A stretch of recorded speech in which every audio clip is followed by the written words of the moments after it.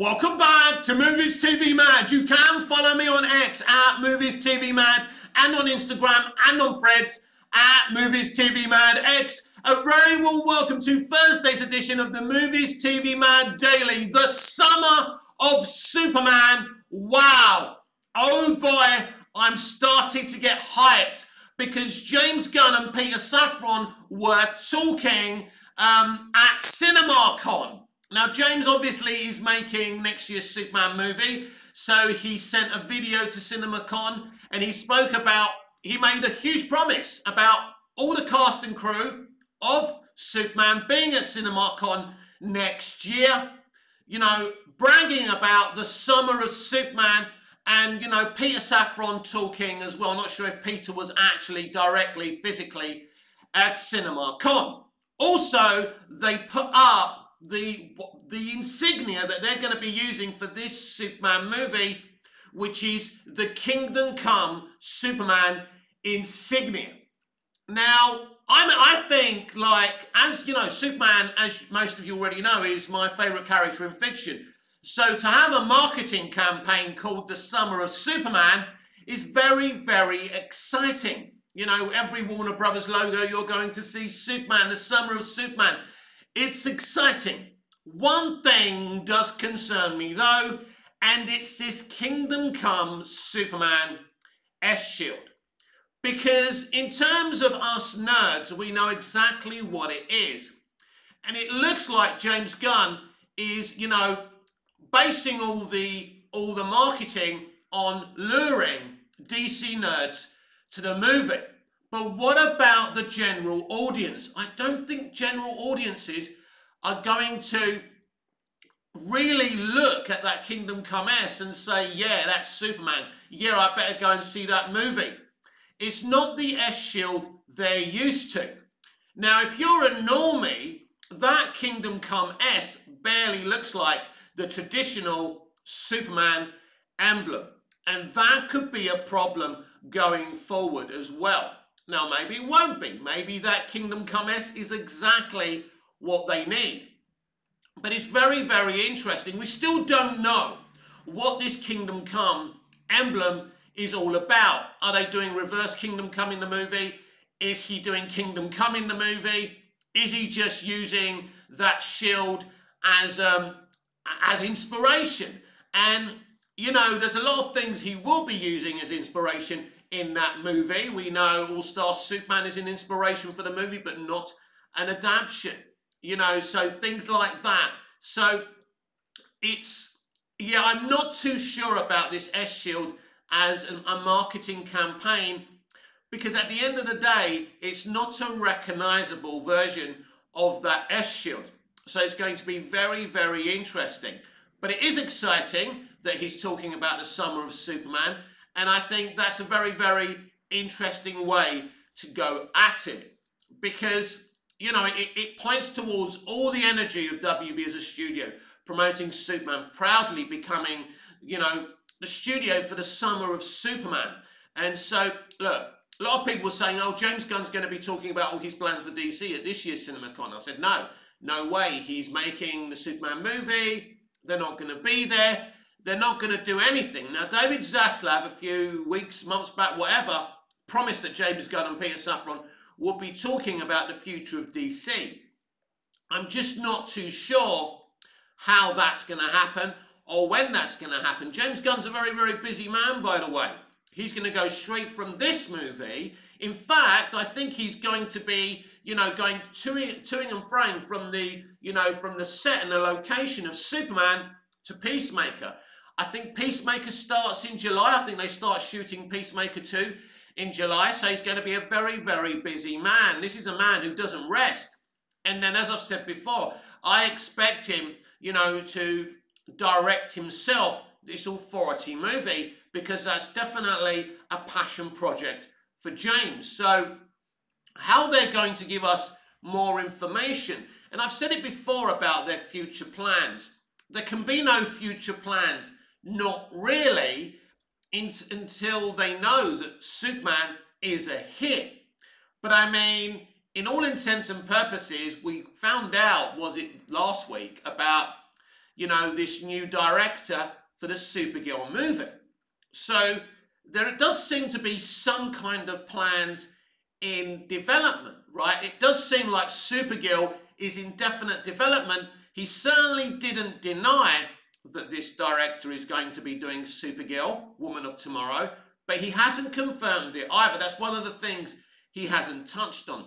So that's interesting in itself. Now, the reports did say that the director was in talks, so it means it may not be official yet, but maybe it'll be official in a few months, a few weeks, whatever. And so, in terms of Superman and Supergirl, they're definitely going hell for leather. And I think this is going to be a very, very kind of House of L-centric franchise, which is very, very exciting.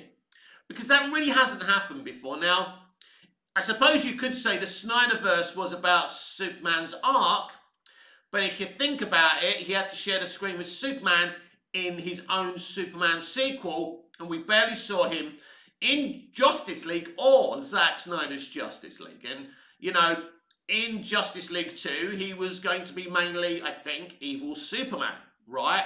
Or maybe we were going to be toing and froing from the nightmare future to the main future. I'm not quite sure how that was going to work.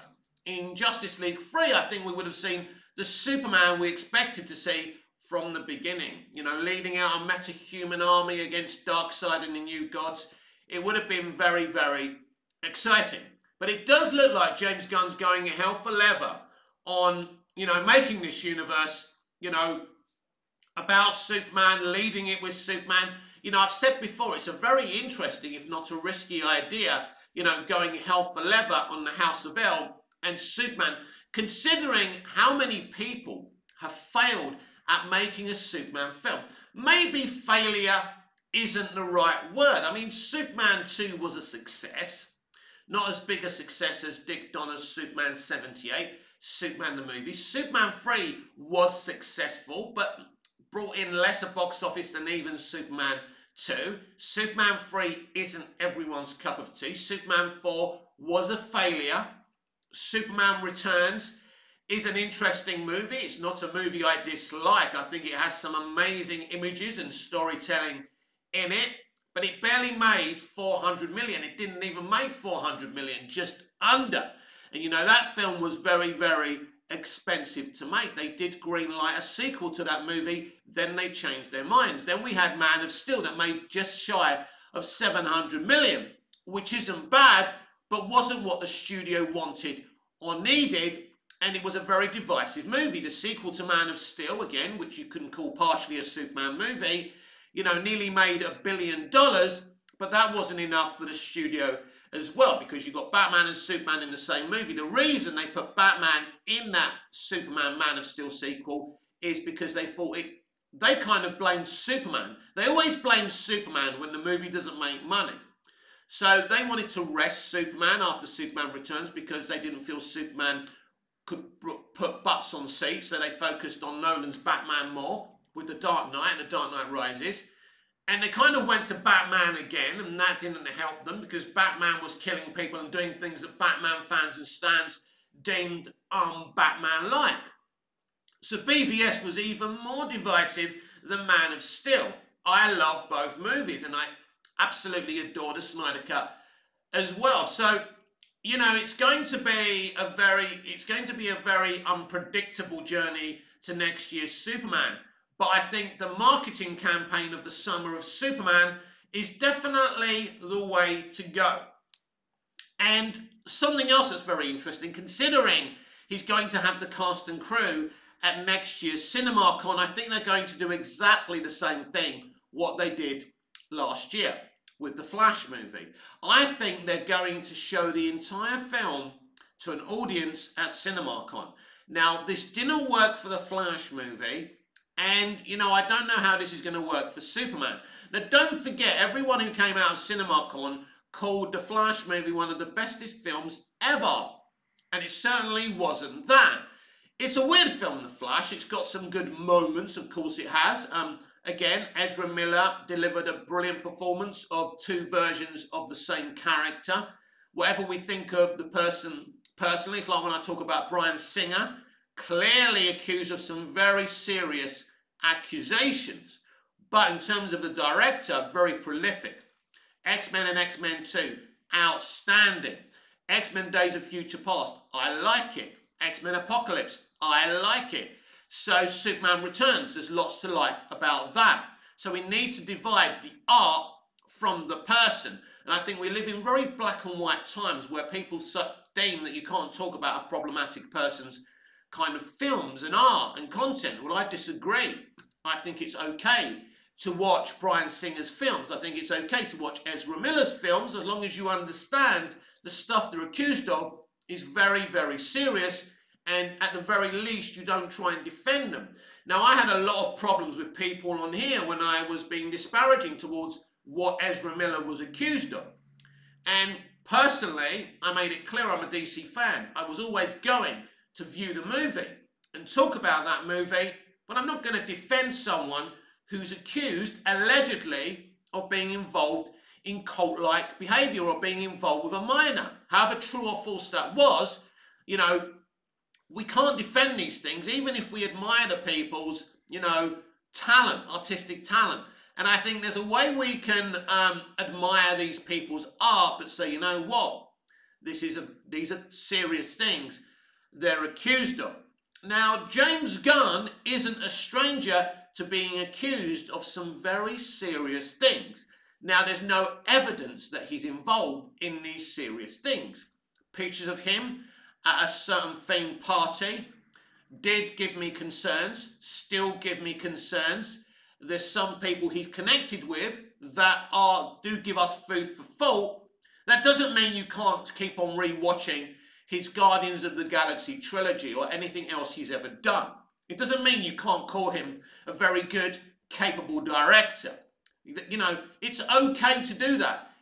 If these people, Kevin Spacey went to loads of court trials and he's been found mainly innocent of everything he's being accused of. But sometimes there's a lack of evidence. But Kevin Spacey, you can call Kevin Spacey a great actor without defending what he's accused of. Because let's be clear, you and me as consumers, as fans, right? We didn't commit these crimes. These people are famous. We know of these people because of their art, because of their talent. It's very difficult to say to me or someone else, you can't watch that thing. And I know I'm going off the deep end here and like changing the subject to James Gunn's Superman, but I think it's all connected. I think, you know, at the end of the day, if we start saying we can't watch any problematic figures, artists, actors work, that means we shouldn't watch anything, because I can guarantee you that 99.9% of them are problematic, because Hollywood, the entertainment industry, is a very problematic industry. It always has been, it still is. Now, publicly, it looks like they're trying to fix those problems, but I don't think they are. I think it's becoming even worse and worse and worse. And, you know, if you decide that Bryan Singer's a problem and we shouldn't be watching or talking about him, his stuff, or talking about him, or Ezra Miller, then that means you must boycott everything. And I said this the other day as well. You know, Bryan Singer's Wolverine is going to be in a Deadpool sequel. Will you boycott that movie because a man cast by Bryan Singer is in the movie? No, we all love Hugh Jackman's Wolverine. We're still going to celebrate him. You just got to separate it. You know, has Hugh Jackman ever came out and criticised Bryan Singer? No. You know, let's be honest. He probably still is very grateful to Bryan Singer for giving him a chance. Maybe he still likes Bryan Singer, right? And, you know, so we're not going to cancel Hugh Jackman because of those things. I mean, it's become a bit of a trend in Hollywood now for when these people go up in court that they write letters of support of these people. And they probably know these people are problematic and they try and defend them, right? Are we going to stop watching those people's movies? No. It's not mine and your responsibility to play judge, jury, and executioner. All the things we heard about Amber Heard, very problematic. But I think she's an outstanding mirror. I can still separate what she's accused of and admit she's a great mirror and enjoy her performance in that first Aquaman movie. That's okay. It's not our fault It's not your fault that these people are in a corrupt criminal industry and are lured in to very bad things. Alison Mack is a great example of this. You know, I looked up to Ali so much, and I mean it. I loved her to bits. The way she played Chloe, her performances were so mature and vibrant for someone so young. And she was a hero of mine as an artist, and I loved Chloe. And I will always respect Ali for what she did there. And she's paid the price. She's paid her debt to society. And now she's free. She's done her time, you know. So I would like her to rebuild her career. Maybe you think that's wrong, but she's paid her debt to society. What else do you want her to do, right? Because we're all fucking problematic. You don't know about me, I don't know about you, but we all sit in judgment on famous people, right? We're really no better than them, if you think about it. So maybe we shouldn't be so fucking judgmental. And I know I've been talking about this the past few days, and I think it's because I started rewatching Singer's X-Men. And I thought to myself, you know, if people knew that I was watching Singer's Superman Returns video journal, I'd probably get cancelled, right? But I like it. It's the artistic side of the man, not the other side of the man. And it's okay, right? So calm the fuck down. And the reason I'm talking about this is because James Gunn, you know, Snyder fans have made some very serious accusations about James Gunn because they're not happy. Basically, if he kept Henry Cavill as Superman, and if it was Superman in next year's 2025 Superman movie, you'd be kissing Gunn's ass. But because he recast Superman, you're accusing him of these things. But suddenly, if he kept Henry Cavill, if he called a press conference and said, I've decided that I'm replacing David Corenswet with Henry Cavill, you'd all of a sudden love James Gunn to bits. It's funny how people change their moralities when it suits them. And that's why I'm talking about this, because it's all connected to next year's Superman. Because as I say, people on my timeline all day are calling James Gunn this, that, or the other. I haven't resorted to that. If I feel I have to criticise him artistically, I will. I myself have made some jokes about James. Sometimes I've been ultra critical about James Gunn. But I've also been complimentary about him. You see, life isn't a straight line. Sometimes people say things, you know, and have artistic opinions that you're going to disagree with, and sometimes you're going to agree with them. And there's a balance there. But of course, as a Superman and DC fan, I was very hyped hearing what he had to say about next year's Superman and referring to it as the summer of Superman. These are exciting things. And all of a sudden, WB are on this winning stretch. You know, the Wonka movie, Barbie, the latest King Kong, you know, Empire, XX, Godzilla, whatever it's fucking called, right? Again, a very, very successful movie. I was reading a piece in the Hollywood Reporter saying there'll definitely be a sequel because it's made enough money, even though it had a huge drop-off in its second weekend. It doesn't really matter. So, the question we have to ask ourselves now is, how successful or not is next year's Superman going to be? As I said earlier on, you know, it's been very difficult to make a successful Superman movie because no movie has reached the beloved levels of Superman 78. We've spoken about box office figures. Like, Batman vs Superman is literally the most successful, you know, financial movie. It's brought in the most money for a Superman movie. But according to the studio, that wasn't good enough. Man of Steel made more money than Superman 78 in today's financial terms. Now, of course, if we transfer everything round and we talk about the amount of theatres that Superman 78 had compared to all the theatres Man of Steel does, then it looks very different. I don't want to go down those lines. I've gone down those lines before. I don't want to do that again. All I want to say to you is that Superman 78 is the most beloved version of Superman in live action. Then I think it would be Smallville when you look at what people have to say about both versions. Why, after all these years, after 40 plus years, is Superman 78 so beloved? Why isn't it a divisive movie? Because it wasn't supposed to be a divisive movie. because Dick Donner kept Superman clean. You know, Lex Luthor in that movie, played by Gene Hackman, isn't comic booky at all. He isn't the mad scientist, and I don't think at that time he was a billionaire evil businessman either. He's this kind of weird guy who lives underground. He's a villain. You know, Metropolis know about him kind of, I think. Or maybe what he does in that film kind of announces himself to Metropolis in the world. He's a kind of James Bond villain. But he's still a very entertaining villain. But you wouldn't, you definitely, I mean, as a kid, I loved him. He was, the definitive Lex Luthor. There really wasn't anyone else who, there was small, there were bit part Lex Luthor in the old black and white versions of Superman, but no one had ever played him in a feature before. But, he wasn't very comic book accurate. Lois was, Jimmy was, Perry was. So Superman 78 does what it says on the tin. It doesn't try to go too deep. It doesn't try and make him a god. He's a friend. He's a hero.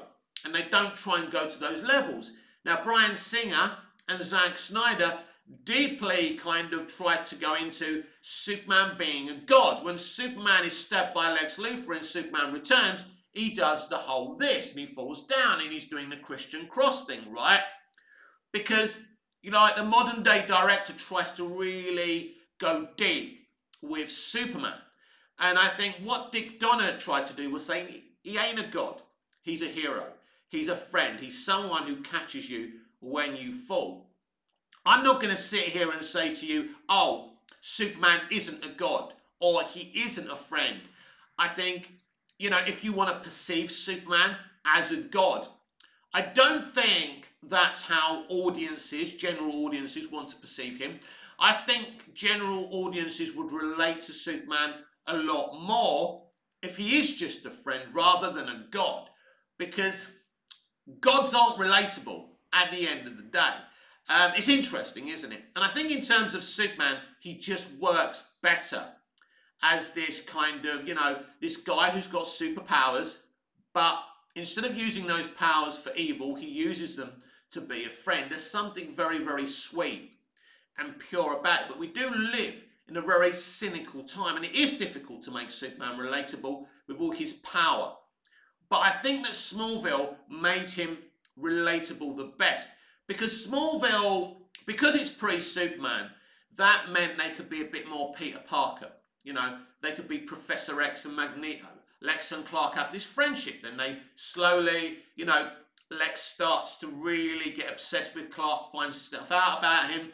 So it's very, very different. But what Smallville did, by having him outside of the costume, that automatically made him more relatable. Clark's a young boy.